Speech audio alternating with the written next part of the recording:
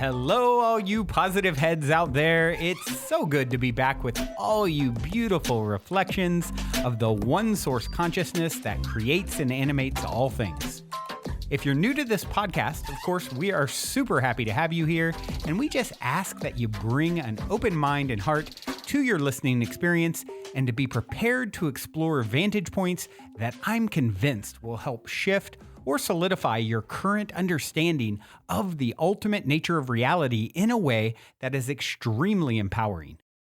Speaking of exploring powerful perspectives, I'm super excited to announce the release of my very first book, The Golden Key: Modern Alchemy to Unlock Infinite Abundance. If you're ready to alchemize the circumstances in your life so that your abundance expands to an entirely new level in 2021, head over to goldenkey.gift to download the audio or ebook as my gift to you by using the code POSITIVEHEAD.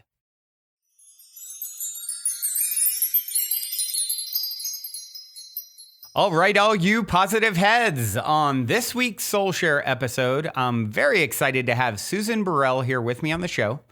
Susan is an intuitive healer and spiritual guide who has been counseling and supporting people in transforming themselves from the inside out for over 25 years. Super excited to have you here, Susan. Hello, welcome to the show, my friend.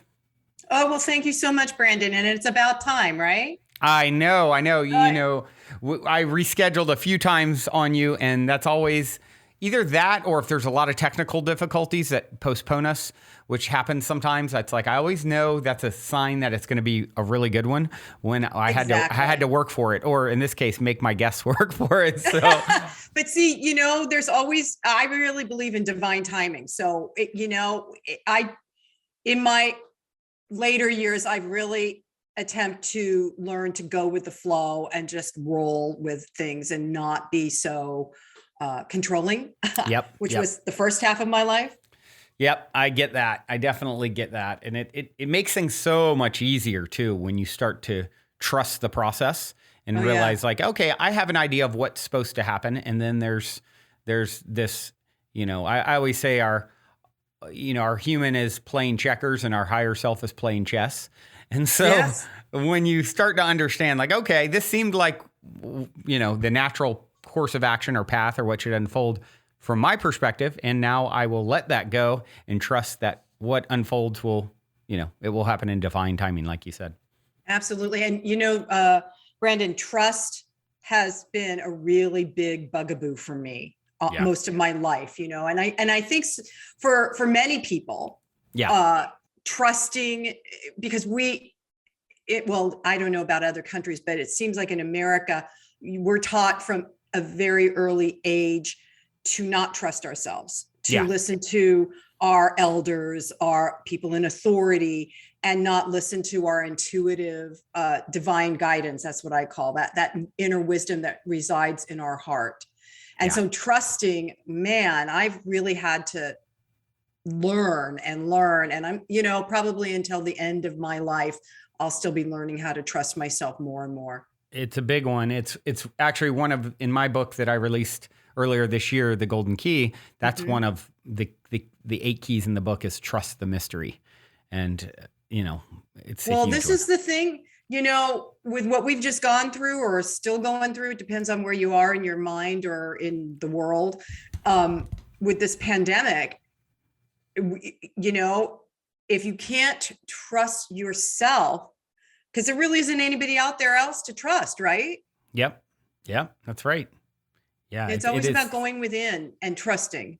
Yeah, I agree. It's definitely one that I think a lot of people never get, and never have that trusting the process of yourself and trusting the process of life. It definitely brings peace when I can just let things go and let it go. Brandon, it's so interesting. So I have a book, but I also did some inspirational cards, and the cards are about affirmations that I wrote and worked while I was going through a very contentious divorce several years ago. Wow. And before any interview, I shuffled my cards and I pull a couple, and not knowing what we're going to talk about, right? There's just, it's always a conversation. So can I read Please. What I pulled? It's really funny. And then I got a backstory to this. So this card says, in divine union, I trust the unknown. I relinquish the known. I live in love, happiness, freedom, and creativity. Wow. And the backstory about this affirmation is I finally made up my mind to divorce my husband of 28 years. Wow. That was a 3:00 in the morning.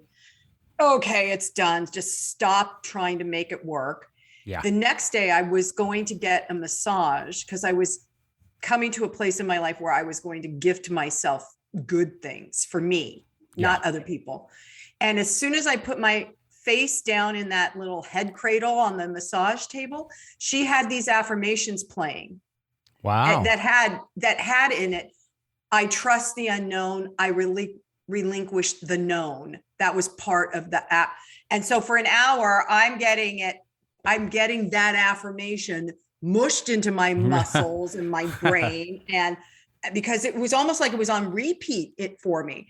And that was like, again, divine guidance, or inspiration, because I had to rely on trusting the unknown when I was had been so wrapped up in having the plan. Here's the plan. Here's how it goes. We're going to do it Susan's way, and it never works out Susan's way or anybody's way. Right. Life's what happens when your plans don't work out, right?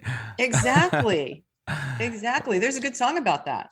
Yeah. Is there? What song is that? I think it's a John Lennon song. Is it? Mm-hmm. Maybe I've heard it and didn't remember it. Well, we jumped right in the deep end of the pool here. You, Susan, somehow overthrew my plan to start with my cliche opening question, and it is this. You're in an elevator. The woman next to you looks over, says, well, what's your passion? You got 10 floors to answer. What do you say? Oh, my passion is to really have fun in life, and it didn't used to be that way, but to have fun in life, and that's my point. So it's one of the affirmations I try and focus on currently is I am healthy, happy, and harmonious, and that what brings us into happy, harmonious, healthy is fun. Mm-hmm. Totally. Yeah, I love that. Yeah, my favorite Bible verse, and I don't quote the Bible very often, but one is, lest you become like a child, you can't enter the kingdom of heaven. And what is it that children are doing? They're in that playful, joyful state, right? Mm-hmm. And having fun. And so I think that is such profound wisdom to focus on fun and, enjoying the ride. And of course, and the other, if I may, the other thing that please. children do is they see things in the moment, so their vision and view of the world is very different from adults. Mm-hmm. When my son was a toddler and we'd go for a walk around the block, it was the longest walk in history because he had to stop and look at the bugs or the spider making a web or the pretty flower or whatever, because it was just, everything was, brand new and interesting. Right. Yeah, that is, and bringing that presence to the now moment, like that really makes everything come so much more alive. And we forget it when we get into the busyness of our mind and life and trying to make a buck or whatever it is. Absolutely. Well, if you would, Susan, share a little bit of your backstory so, people can understand a little bit about who you are and how you got here, whatever feels relevant to share. I was going to say, how far back do you want me to go? Because I have reached some certain ageisms, but you can do this life and any previous. If okay, good. because it goes back. Okay, so this current lifetime backstory is that I've always been a spiritual quester. I think I started when I was around 18, 19. And I didn't know why I was looking, you know, so I was taking philosophy classes when I was in college and studying all sorts of other modalities, ideals. And so while I was doing that, I was also a commercial actress. Oh, wow. And, you know, so I was doing a Burger King commercial or a lemonade commercial or a Coke or whatever. And so it was definitely two separate life experiences. And what happened is, as I began to really open up that question within myself of who am I? Yeah. It became who am I as a spiritual human being? And so then the path, you know, meandered and curled around and journeyed over to here and there. And it wasn't until I was in my 40s, my son was a teenager, that I realized I really want to know myself even more. And I think that probably was a precursor for my marriage to complete itself, because my husband at the time didn't want to know himself, right? And I was learning stuff. I entered into a 4-year accredited master's program, and I got a master's in consciousness, Brandon. Wow. Wow. Yeah. So that's where I was studying quantum physics and world philosophies and religions and psychology, Jungian psychology. So that there was, it's just, I've always been thirsty. I've been thirsty for knowledge. And I think that thirst, I didn't realize it when I was younger, goes back lifetimes, right? So I came in knowing there was more than just this physical earth plane, but I wasn't, as a small child, I wasn't really allowed to explore that, because I couldn't see, you know, like ghosts or disincarnated spirits, but I instinctively knew what was going on. And my mom, God bless her, she's on the other side now, so she can relax. Kept telling me at age 3, you know, you don't say those things out loud, and, you know, and don't be so emotional, and don't be, because I'm hugely intuitive and empathic. And I squashed all that down until I went through this divorce, and I was completely heartbroken, heart shattered. And as I was moving through it, trying to do it consciously, right? Not, you know, I was celibate for the entire time, because I'm like, I got to learn about me again. I got to know me. Yeah. But that's when I recognized that I have these healing skill sets that I had turned off as a child. And this intuitive wisdom that I just, because it's been handed down to me, right, from generation to generation, ancestral, but also I lived quite a few lifetimes where I got to practice these skill sets in whole and complete and different ways. So that's kind of my backstory. Wow. So with these gifts, there's something that, how have they sort of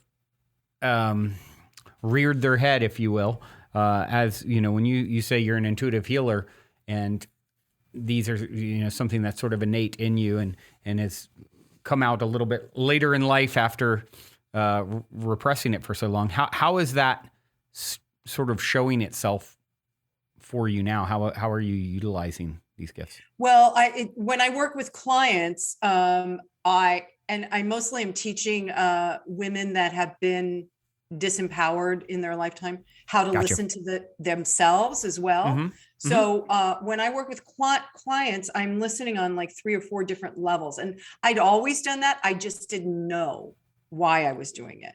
Gotcha.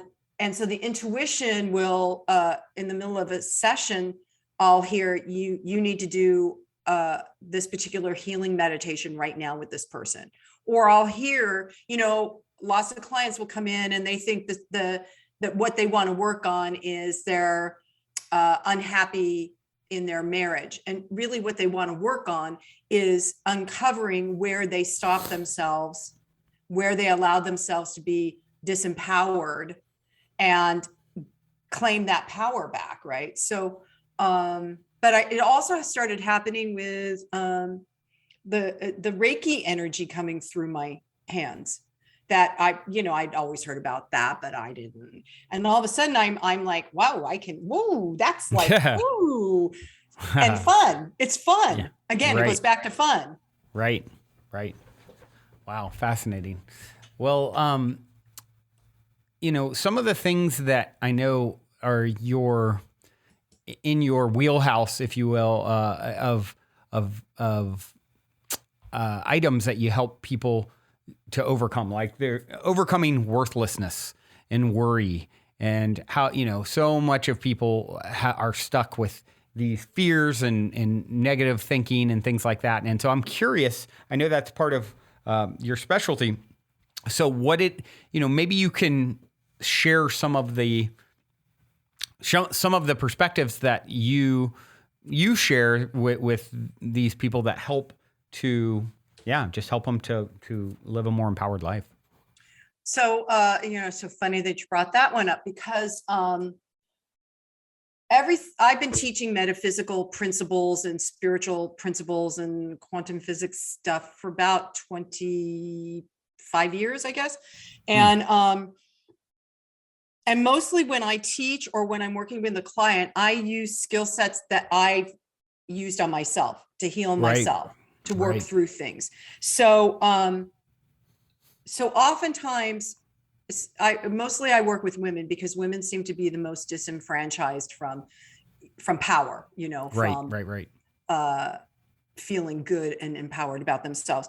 And the biggest, what you mentioned, fear.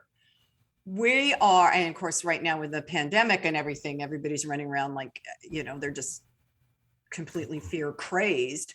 Right. But what I've discovered and how I guide people is you've got to kind of face that fear. Yeah. And oftentimes, facing the fear is the thing you think is going to kill you, right?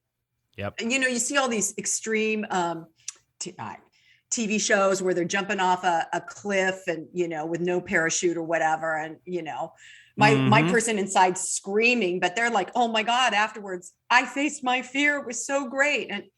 But it's true. When we face those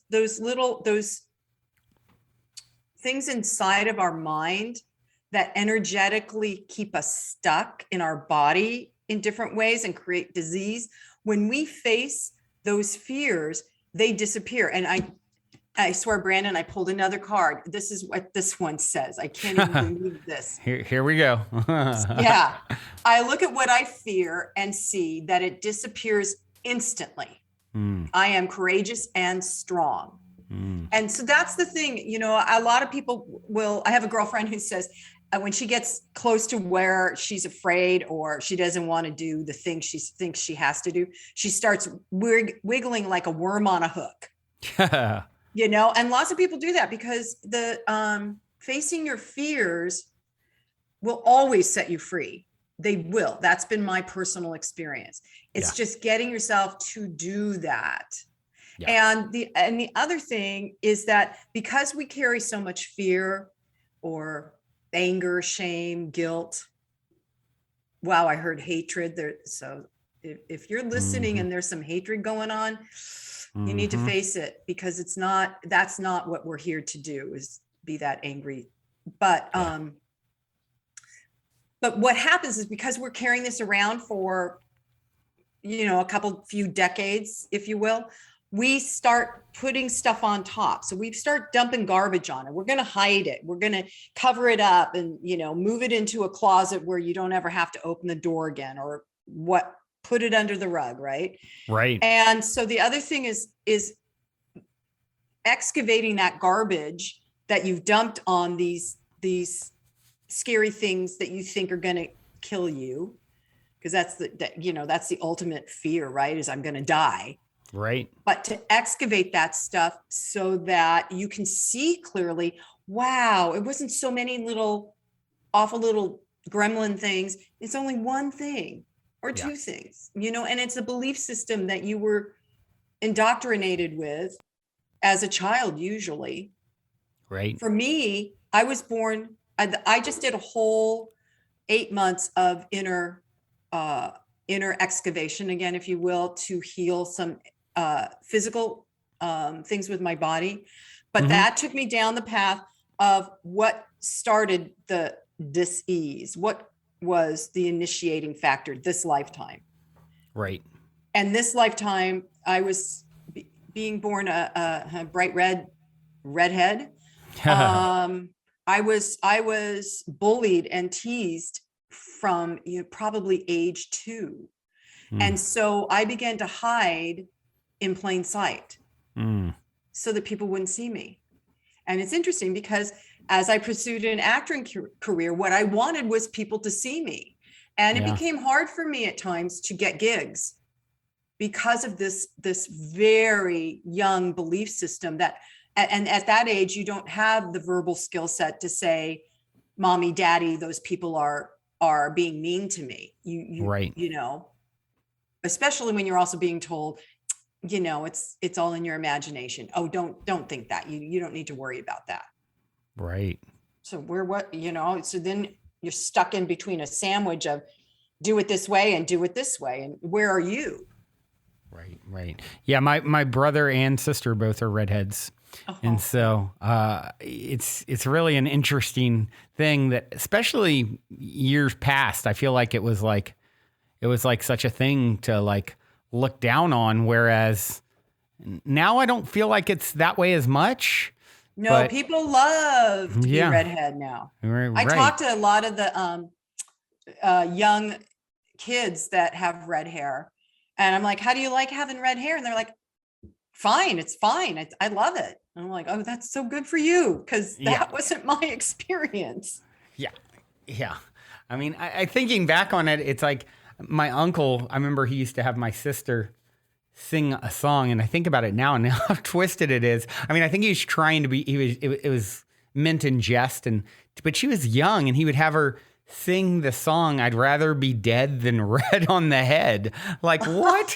Well, I don't know. I just thought of that right now, and it's like, and he was being really silly with it, but it was like, still, like, it's a weird thing to That's to an teach affirmation that goes into the psyche, and it gets embedded there. And but that's a good example, isn't it, Brandon, of how we get caught, or I actually call them drive-bys, where somebody's belief system gets tossed onto me, or you, and then all of a sudden it's what I think and believe, which isn't true for me. But it can happen because just going to the market, it happens, man. Right. Yeah, it's really something, because we're so sensitive and receptive, especially at such a young age. And it's just like we're so programmable. Yep. And so, as far as like fears and things like that, it's just to go back to that a little bit. I mean, I love this. I don't know if you've heard this before. Fear can be either FEAR, forget everything and run, or face everything and rise. And I always say, if something excites you and scares you, both, it's probably for you. And, realizing that overcoming these fears are really a big part of our expansion. Soul and growth. Yeah. Yeah. It's important for the soul that's why we came to planet Earth, right? Yeah. To grow, to learn. Yeah. So I'd love to hear you speak a little bit about boundaries and how to sort of set up boundaries for, internal boundaries, if you will, as we're learning how to, I know you also speak some about creating an ideal map, and I assume these go hand in hand. So I'd love to hear you talk a little bit about that. Okay. So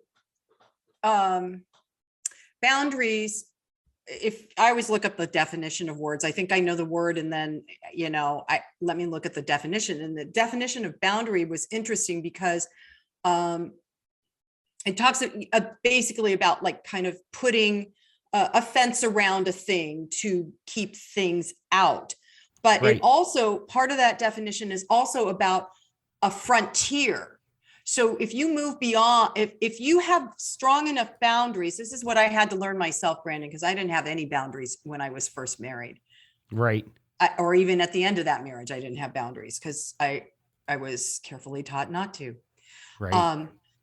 So boundaries, I think people often think of boundaries as the thing that holds you in and keeps other people out, like fences. Right. But if you look at it or think about it, so in order to become a whole human being, to become empowered, it's important to have strong boundaries. That meaning that when someone, okay, like me being teased as a kid, when someone teases me, instead of me running and crying in the girls' bathroom, right, to just stand strong and say, you don't get to talk to me that way, right? That's a boundary. Right. But it doesn't have to harm other people in order to have boundaries, right? The idea of a frontier is it takes you to the edge of what you know about yourself and where you want to stand in your power. So in some ways, boundaries can become expandable, right?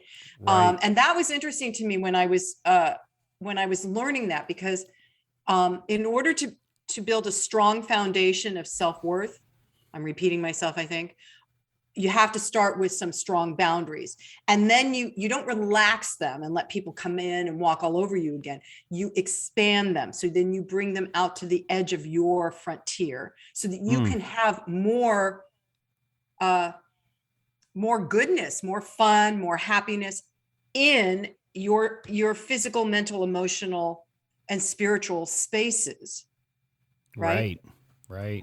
Yeah, it makes a lot of sense. I think rigid anything is, well, rigid, right. And realizing that these things are going to be fluid and sometimes shift as you shift. And as, I think a lot of times when you stop, always re-examining, it's just kind of like learning, same thing. If you stop learning, all of a sudden you are now become stagnant. And so I think that would translate over to, always looking at where your boundaries lie as well. Well, and the truth, the bottom line truth is that we are all divine sparks, and we live in a dynamic energy system that is beyond description, is beyond us knowing, really, is, even though we have all these brilliant, amazing minds analyzing and slicing and dicing and trying to figure out how the whole thing works and how many there are, how many universes there are and all that stuff. It is that we are that energy system also. And so that's, well, I guess that's why it's important to me to continue to clarify my inner knowing and not be rigid, because when you're rigid, then there's no growth. There's no dynamic movement of energy. And again, for people that are rigid, because I used to be one, it creates a dis-ease in your body if you're holding on so tight to what you think you know or what you think you want. You miss opportunities. The other thing about expanding into that frontier is you expand into your potential, not possibility. I don't use that word anymore. I love potential, because that means that there's some rich, juicy other things for me to explore within myself that I can then bring out into the world. But it always goes back to going within first, doing the work within, cleaning out the garbage in your mind and your body, and facing your fears, and then working towards or being in, because once you let that stuff go, like steam out of a tea kettle, once you let that stuff go, then you already are those things. And you get to see you already are those things. There's nothing you're missing or you don't have that's outside of yourself, because it's all inside. Right. And I know creating a map of how to do it is something that you talk about. And so, for those who are like, okay, great, I get it.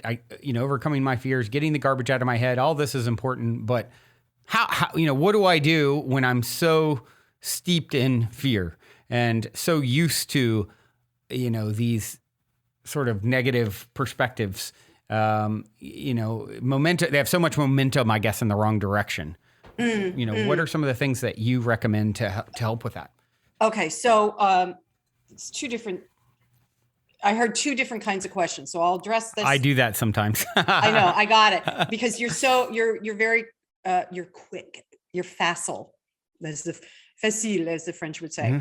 Facile. Oui.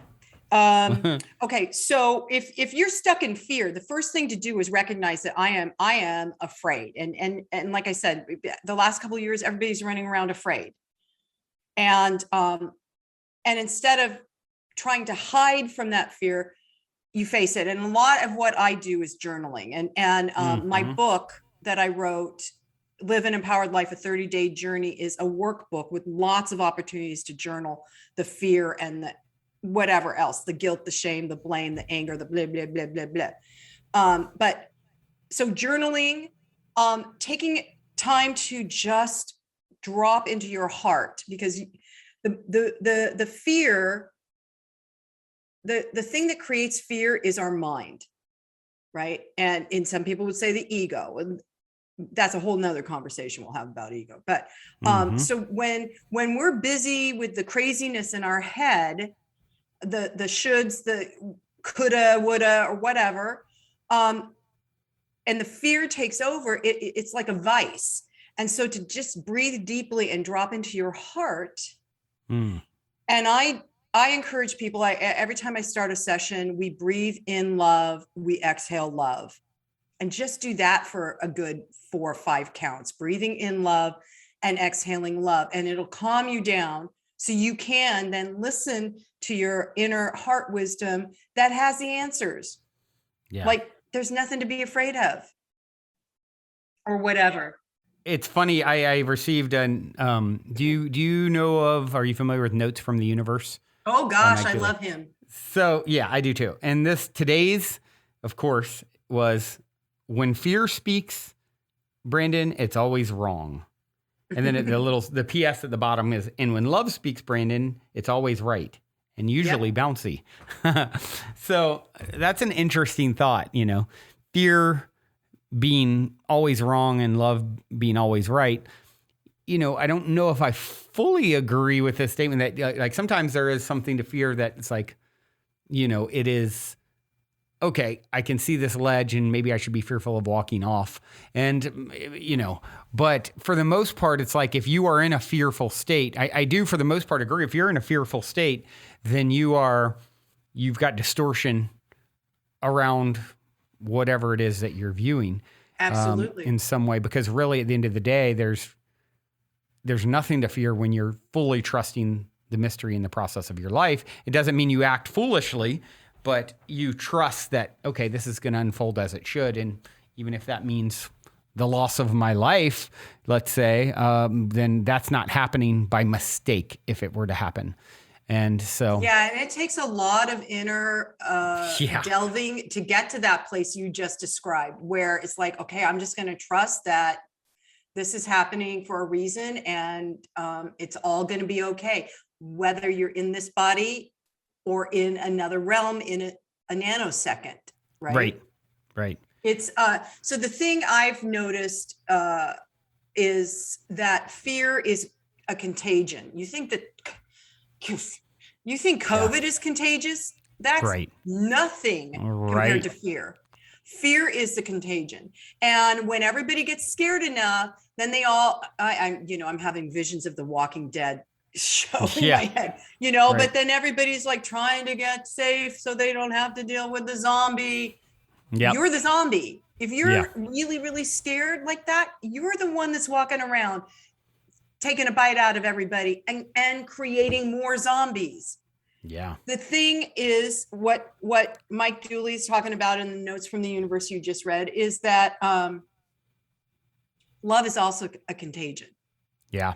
And if you lead with love, and I often suggest to my clients that before they walk out of their door to go to work or the grocery store, or whatever they got to do, to fill their body, every cell of their body, with love. And if we fill up with love, then we begin to generate, be a love generator and take that out into the world. And then that overrides the fear that you're walking into or around, or at least it becomes your shield, right? To keep the other people that are doing the drive-bys of fear, when you're walking down a grocery store aisle, it doesn't have to stick to you. Right. Yeah. I love that. It's and part of that is, just really activating and opening your heart. Right. And so, and I know you speak to this idea of activating heart coherence. Yes. And so if you would tell us a little bit about how you recommend doing that. Well, and what that means, heart coherence. It's not hard to do. It just requires your willingness to be vulnerable. A lot of us do not like to be vulnerable, because in vulnerability, you feel out of control. In vulnerability, you feel like it's easy to get hit by a Mack truck. Right. But vulnerability is part of the mechanism that allows love, the love that you are, to flow. And in vulnerability, it allows yourself to also then receive love, right? So as I give, I do receive, right? It's called the law of circulation. It's not the law of attraction, everybody. It's a two-part story. You got to give in order to get. And if you're giving out fear, you're going to get more fear. And if you're giving out love, you're going to get more love. Yeah. But I digressed, didn't I, Brandon? Not fully. Did I answer your question? Oh my God. This idea of coherence and getting the heart. Oh, right. Heart coherence. Yeah. So, and there's a group that has been teaching this for close to 30 years called Heart Math. Right. And it's really, and I just am so grateful for anybody that does this kind of work, the work that you do and I do, because we are creating a coherence on the planet.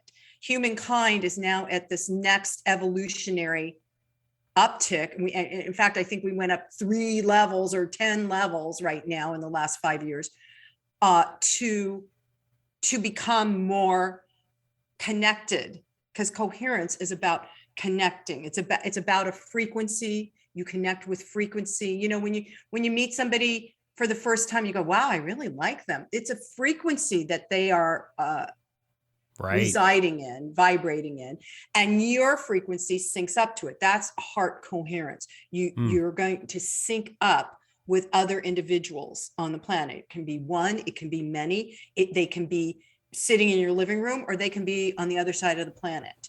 It doesn't matter, because again, love goes beyond any known human created boundaries. Yeah. Yeah. And I think that's why it's so important to learn to take the high road whenever you're faced with something that is super challenging. And this kind of cliche, what would love do? What would love do now? What is the most loving thing that I can do? And that is always, of course, can be much easier said than done, especially when we've been, done wrong, quote unquote, if there was such a thing. So, finding that moral compass, seeing opportunities to take the high road, to be the bigger person,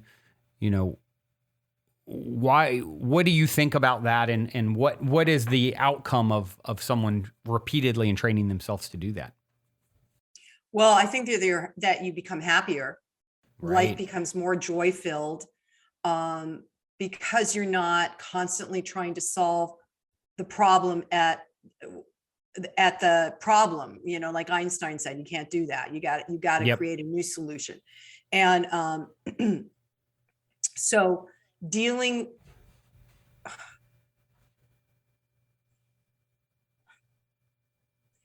part of what I really believe is when you know yourself well enough, and I don't know that anybody ever knows themselves completely. I get, Yeah. again, that's part of being a spiritual being walking on a human planet. But if you learn to know what some of your foundational principles or values are, that's part of what I call your moral compass, right? For me, one of them is integrity. And I have, since I was little, integrity means a lot to me. And I found a really great definition about integrity in this book several years ago, but it talked about integrity is about you speaking truth to your truth, right? Speaking up for yourself and speaking truth to authority without selling yourself short, basically. And to stand and to not, so speaking truth, not lies, speaking truth. And so integrity has been a huge foundational piece for me. And then I added in loving myself is another foundational piece. And if I'm in a conflict, currently am with a friend, it's been a challenge because I would love for this to be resolved, and I still haven't heard or seen how to reconcile. And so I have to continually go. You talked about taking the high ground. Have to continually not sit in the area where the whatever argument harming happened, and rise up so that I maybe can observe from an avenue of love, observe from a higher perspective to see, is there anything for me to do, or is it just for me to be with it, right? Yeah.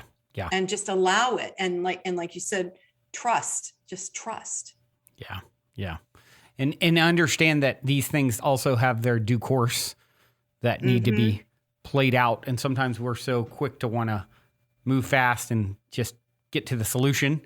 And, understanding that the journey is the goal. And sometimes it's like, you just got to go through all the stopping off points, right? Yep.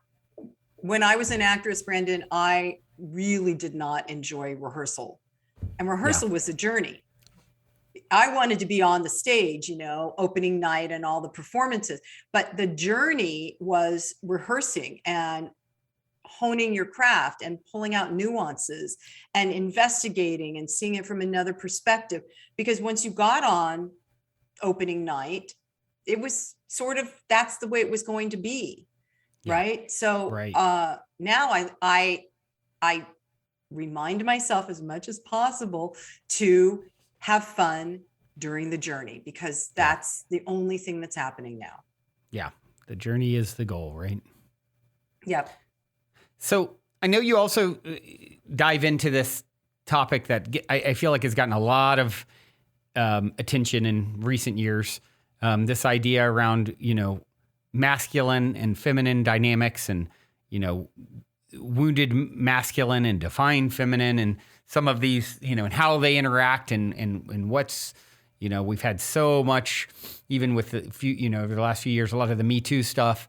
Like, I'm curious what your take is on, finding a healthy balance between the masculine and feminine in today's world. Well, first of all, we all have it, right? We all have, we all have the masculine energy. We all have the feminine energy. We all have it as a divine aspect of ourselves. And we also carry around both sides of the wounded masculine, the wounded feminine, because we live in an interactive culture, right? So what I've been observing and feeling over the last 10 years is that the patriarchal paradigm that has been running humankind for 4, 5, 6, 7 centuries has completed its course. And what we're seeing is the crumbling, the chaos, and it also is affecting, this is going to sound weird. it is also what is affecting the environment, Mm. because it's all hardened consciousness. I mean, think about, a statue, and that's kind of the, masculine warrior guy. It's it became so hardened that it no longer works. It ran its course. And the people, what we saw in this last year, 2 years, are the reactions and the protesting, to be nice about it, are the people that haven't awakened to the fact, and it's a fact, everybody, that the patriarchal way of doing things in business, in relationships, in anything is done. And if you keep, going back to what's your foundation, what's your moral compass foundation that you're going to stand on,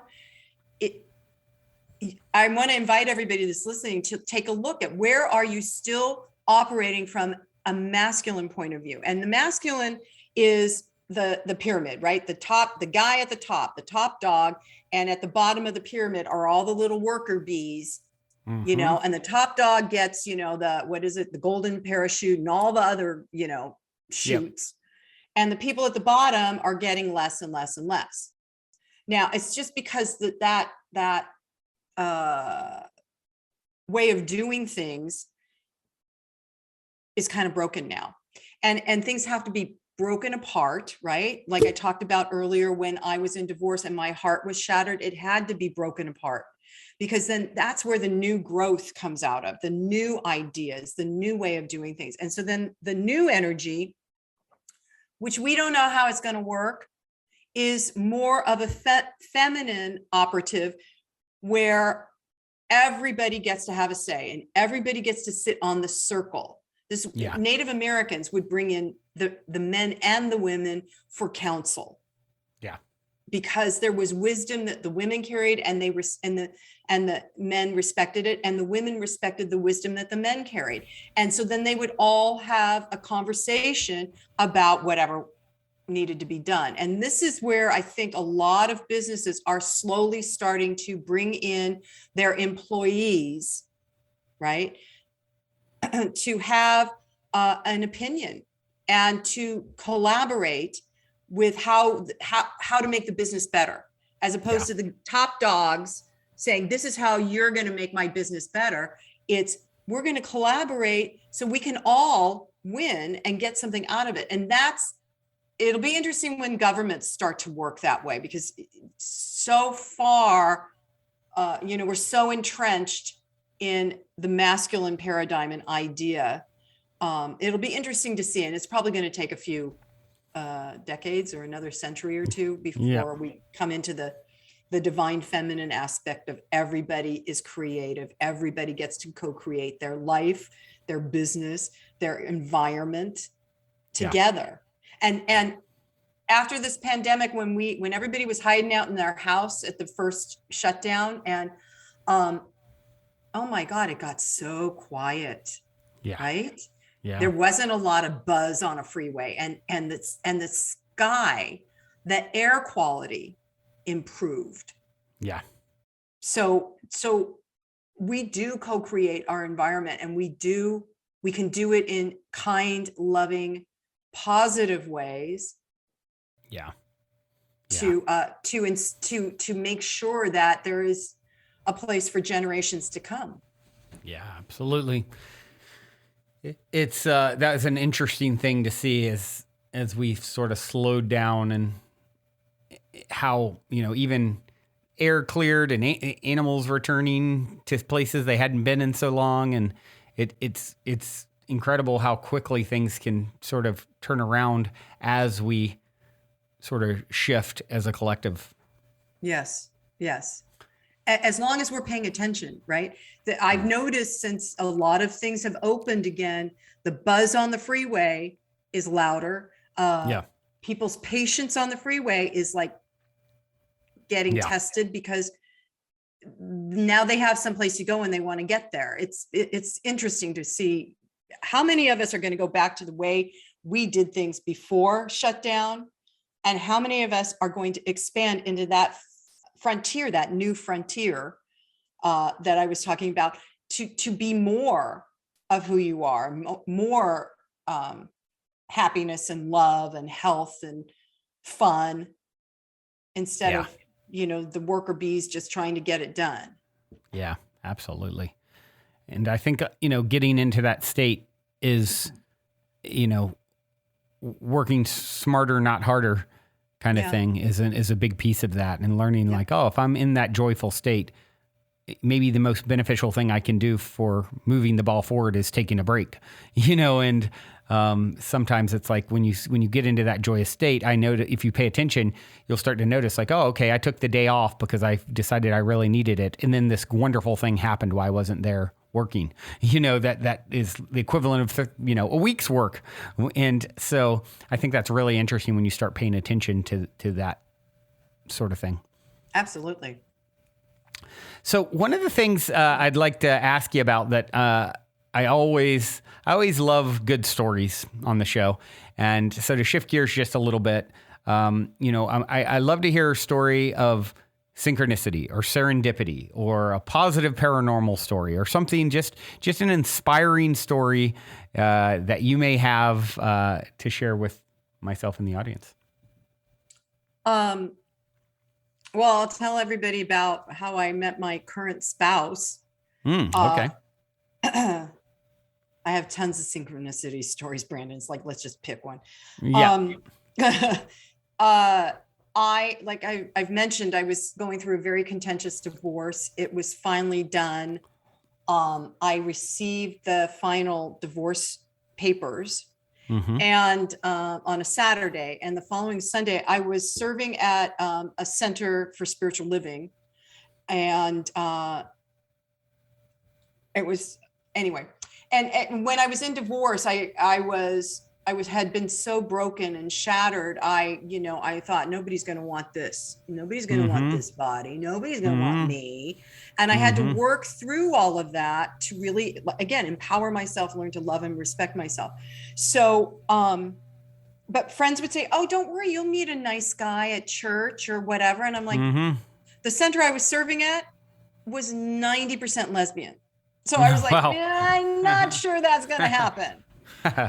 But the day after I got my divorce decree, I went, and after the service, I was standing at the back of the room, waiting to do some healing energy work with people. Mm-hmm. And this person walks up from behind and puts his hands on my shoulders, and I am all of a sudden electrified. And I'm like, wow, who is this?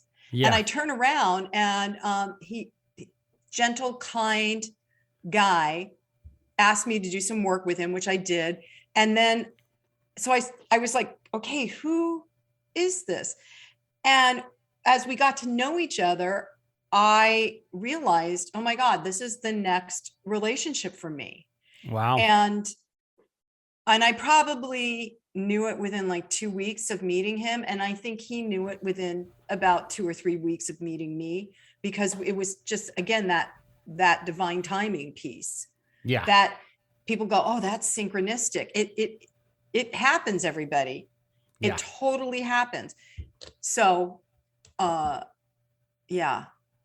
Yeah, that's it's, it's funny because you started it earlier talking about how scared you were to leave and how much courage it takes. And it's like, and that was a necessary part of the journey in order for you to get to the next gift, if you will. Yes. And I'll tell you, Brandon, I worked really hard during divorce. I didn't want to come out embittered. I remember going to a dinner party with a bunch of single divorced women, and, a couple bottles of wine in, I'm listening to how the he done me wrong story 15 years ago is still going on. Right. Yeah. And I thought, I don't want that. So I still have to sometimes, but I had to work really hard not to be embittered. And I can now see that my life is 100% better Yeah. because I went through all that and because I had been married for 28 years. Yeah. So I know I got another 30. So, hey. At least. At least. Oh, wow. So this has been amazing, Susan. I appreciate you coming on and sharing so much wisdom and being so transparent with your journey. And what is the best way for people who are wanting to connect with you and follow your work, et cetera, to do so? So everybody can go to susanburrell.com, and it's BURRELL.com. You'll find my book there. My book is an interactive book. And in fact, for the month of December, we're doing an offer of, if you buy one book through the website, we'll send you a second one for you to give to a friend, you know? So yeah, so you can have a, I believe in doing things together, so support groups and all that. So you can do that. And you'll find my podcast there, Empowering Chats with Susan Burrell. And also I do guided meditations that get loaded onto the Insight Timer app. And so you can find all those things there. Excellent. Yeah. Excellent. Well, I do have one final question for you as we wrap up here, and it is this. In 60 seconds or less, what is the meaning of life according to Susan Burrell? The meaning of life is to be joyful and to love more than you ever have in your life. Ever expanding. Love is the only thing that you give away and it increases. Absolutely. I like to say. Absolutely. Yeah. Well, Susan, this has been amazing. Thank you so much for coming and sharing once again, and all of you out there for tuning your beautiful brain waves and incredible hearts into another episode. Until next time, journey well, everyone. Also, before we sign off, I wanted to remind you to download the Golden Key audio or ebook as my free gift to you at goldenkey.gift using the Golden Key code POSITIVEHEAD.